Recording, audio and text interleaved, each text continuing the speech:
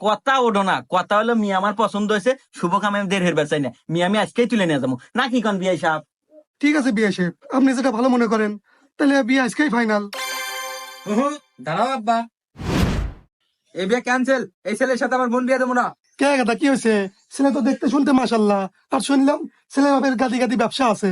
হ্যাঁ আব্বা, তুমি কচু জানো, ওই ছেলের বাপের যে ব্যবসা আছে না, ওই ব্যবসার পাথান আছে, উত্থান নাই।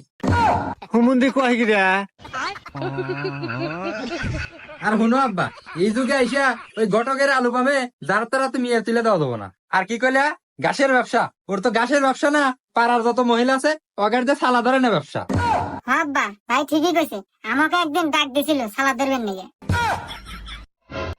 কি এত বড় সাহস, আমার মেয়ে গাছের বুয়ে ডাক দেয়? হে বাবলু, নাটি নাই তো ওখানে ভালো হরি আপ্যায়ন হরি। খারাপ আমলাটি